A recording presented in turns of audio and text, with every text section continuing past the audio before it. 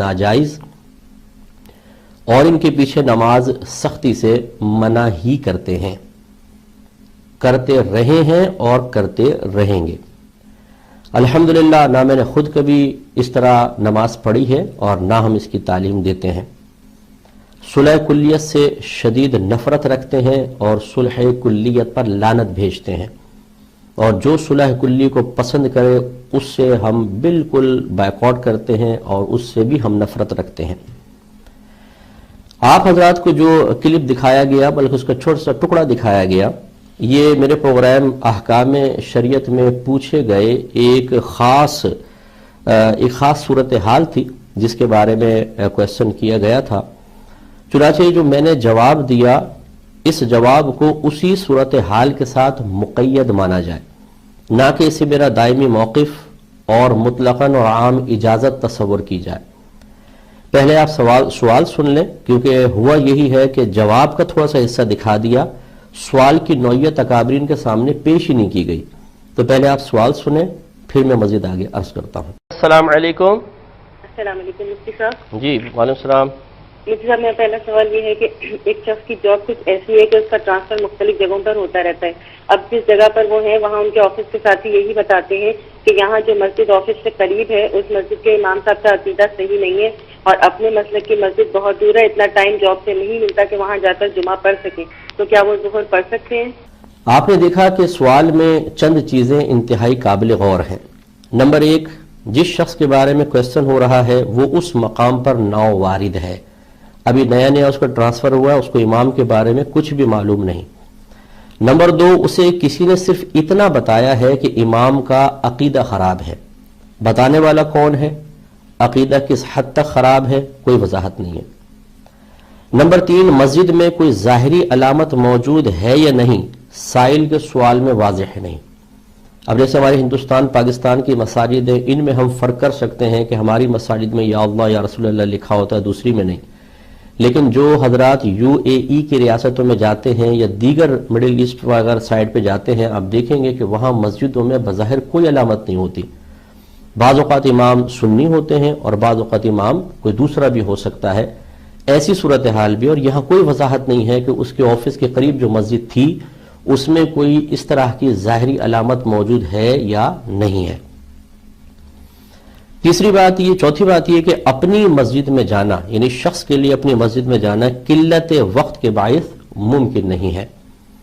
اور پانچواں مسئلہ عام جماعت کا نہیں بلکہ جمعے کا ہے۔ میں نے اس تمام تر صورتحال کے پیش نظر ہی مذکورہ امام کے پیچھے جمعہ پڑھنے کی اجازت پر مشتمل جواب دیا ہے، کیونکہ جمعے کی فرضیت نص قطعی سے ثابت ہے، لہذا قطعی اور یقینی ہوئی، اور امام کا حد کفر تک پہنچنے کے باعث، یعنی یہ مذکورہ امام کا حد کفر تک پہنچنے کے باعث بد عقیدہ ہونا فقط ایک ظنی ہے، تو صرف ظن کی وجہ سے قطعی و یقینی چیز کو نہیں چھوڑا جائے گا۔ اور صرف اتنا ہی نہیں کہ میں نے از خود یہ نتیجہ مرتب کر لیا کہ امام کے بارے میں چونکہ واضح طور پہ معلوم نہیں،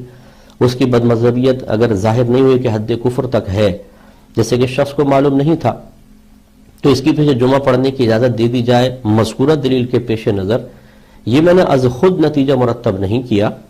بلکہ بغرض تائید اعلی حضرت امام اہل سنت رضی اللہ تعالی عنہ کا فتاوی کا وہ مجموعہ جو ہمارے لیے ایک بہت ہی بڑا مستند مأخذ ہے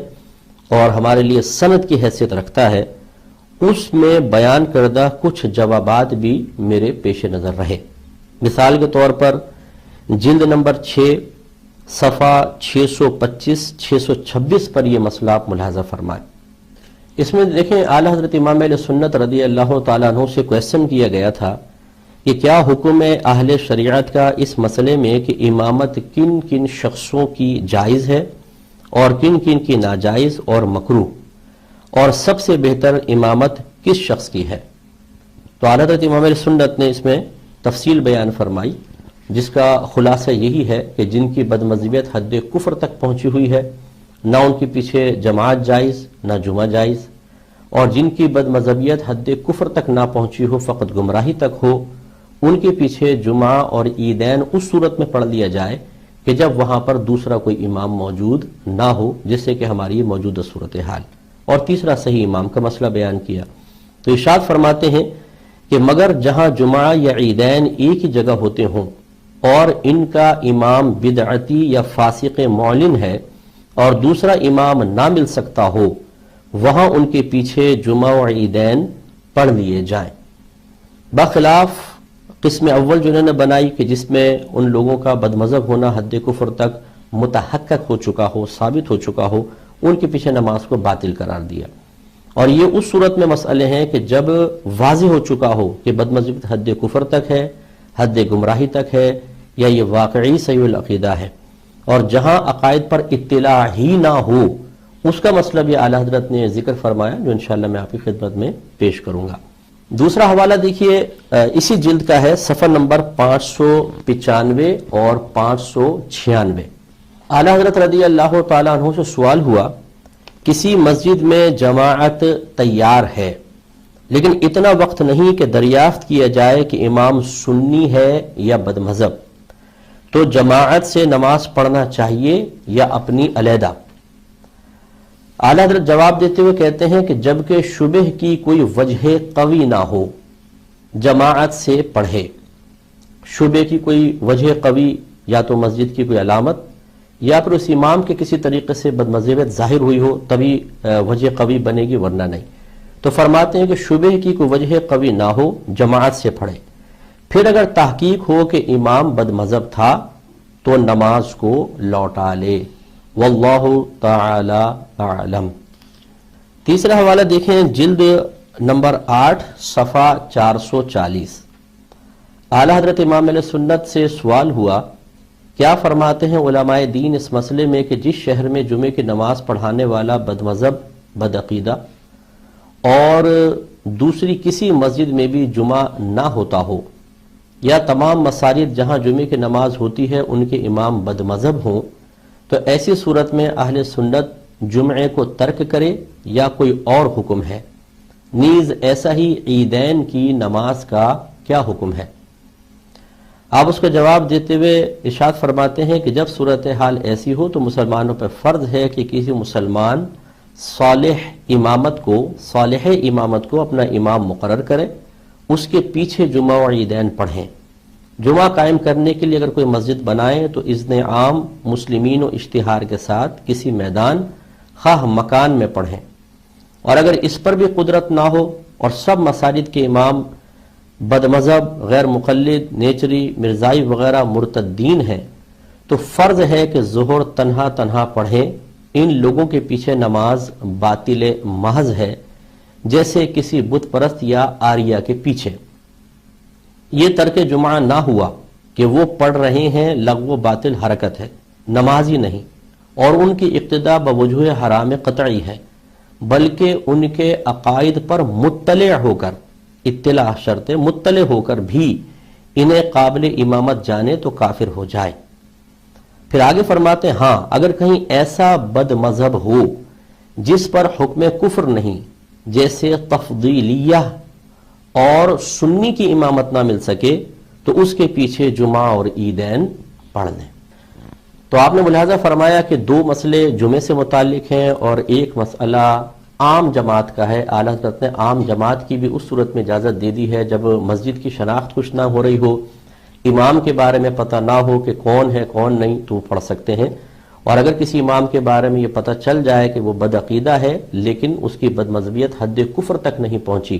تو آپ نے یہ شرط لگائی کہ اگر دوسرے کسی مقام پر اپنا کوئی سنی امام وغیرہ کوئی دوسرا ایسا نہیں ہے تو پھر ان کے پیچھے کم از کم جمعہ اور عیدین تو پڑھ لیے جائیں۔ اب مذکورہ جو میرا سوال ہے آپ اس میں دیکھیں، جس سائل نے سوال کیا ہے، کیا وہاں پر امام کے بارے میں کوئی ایسی قوی بات ذکر کی گئی ہے جس سے اس کی بد مذہبیت حد کفر تک پہنچتی ہوئی محسوس ہو؟ لہٰذا ہم نے اپنے گمان کے مطابق یہ جو جواب دیا اعلیٰ حضرت رضی اللہ تعالیٰ عنہ کی عبارات سے مزین کر کے، تو وہ ہمیں اپنے مقام پر ٹھیک محسوس ہوا تو ذکر کر دیا۔ تو الحمدللہ مجھے یقین ہے کہ اب آپ پر واضح ہو گیا ہوگا کہ یہ جمعہ ادا کرنے کی اجازت صرف سائل کے سوال کے پیش نظر تھی، نہ کہ عام اجازت۔ ہم عام نہیں دے رہے، یہ صرف سائل کے سوال کے ساتھ اس کو مقید رکھا جائے، اور جو اہل علم ہیں وہ جانتے ہیں کہ جب کوئی جواب دیا جاتا ہے تو وہ اس میں سوال خود بخود متضمن ہوتا ہے، لہٰذا ہم نے سوال کے پیش نظر جواب دیا۔ اور میں بلکہ اس میں یہ اضافہ کرنا چاہوں گا جو پروگرام میں قلت وقت کی بنا پر میں نہ کر سکا تھا، کہ اس قسم کی صورتحال میں بھی وہاں بیان نہ سنا جائے، کیونکہ بد مذہبوں کا امام چاہے وہ حد کفر تک ان کی بد مذہبیت پہنچی ہو نہ پہنچی ہو، ضرور انسان میں کوئی نہ کوئی بگاڑ پیدا کرے گا۔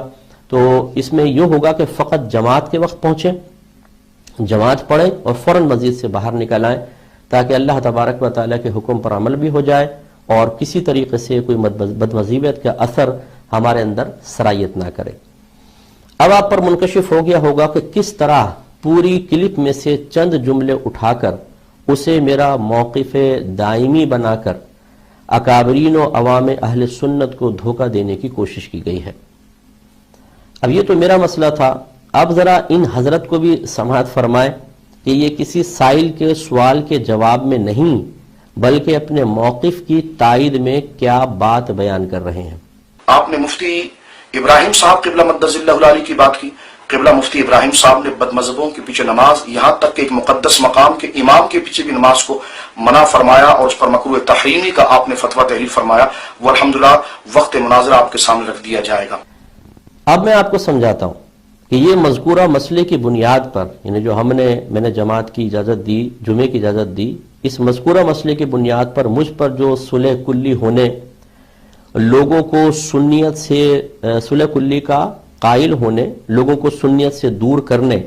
اور بد مذہبیت کے الزام لگا رہے ہیں، خود یہ اس کا کس طرح شکار ہو گئے۔ یقیناً ان کے ذکر کردہ مقام کے امام کو، انہوں نے خاص مقام ذکر کیا، وہ آپ سمجھ جائیں کیا ہے، ان کے ذکر کردہ مقام کے امام کو مسلمان مان کر ہی نماز کو مکروہ تحریمی قرار دیا گیا ہے، ورنہ تو نماز باطل محض ہوتی، کیونکہ اس کا مطلب ہے کہ نماز پڑھی تو گناہ ہے، لوٹانی ہوگی، یعنی لوٹانی واجب ہوگی لیکن فرضیت ادا ہو جائے گی۔ اور یہاں پر یہ اس شخص کو مسلمان کیوں مانا اور نماز کو باطل کے بجائے مکروہ تحریمی کیوں قرار دیا، یقیناً اس کی وجہ یہی بنائی گئی ہوگی کہ بد مذہبیت کا حد کفر تک پہنچنا یقینی نہیں ہے۔ باقی وضاحت تو انہی کے ذمہ ہے کہ کیا سوچ کے ایسا کہا۔ آپ ذرا ان دونوں مسائل میں موازنہ کریں۔ وہ میرا موقف نہیں ہے جو میں نے مسئلہ بیان کیا، صرف ایک سائل کے سوال کے پیش نظر وقتی ضرورت کے تحت اجازت ہے، جبکہ یہ حضرت کا موقف ہے اور کسی وقتی ضرورت کو ملحوظ رکھے بغیر اجازت ہے۔ میں نے جمعے کی اجازت دی ہے اعلیٰ حضرت کی تعلیم کی روشنی میں، یہ عام نمازوں کا یہی حکم بیان کر رہے ہیں۔ میرے سوال میں بیان کردہ مسجد کا مقام مشکوک ہے، پاکستان میں ہے، ہندوستان میں ہے، UAE میں ہے، نیز ظاہری علامت تھی یا نہیں کچھ معلوم نہیں، لہذا امام کے عقائد کے بارے میں ظن غالب کے امکانات کم ہیں، جبکہ حضرت جس مقام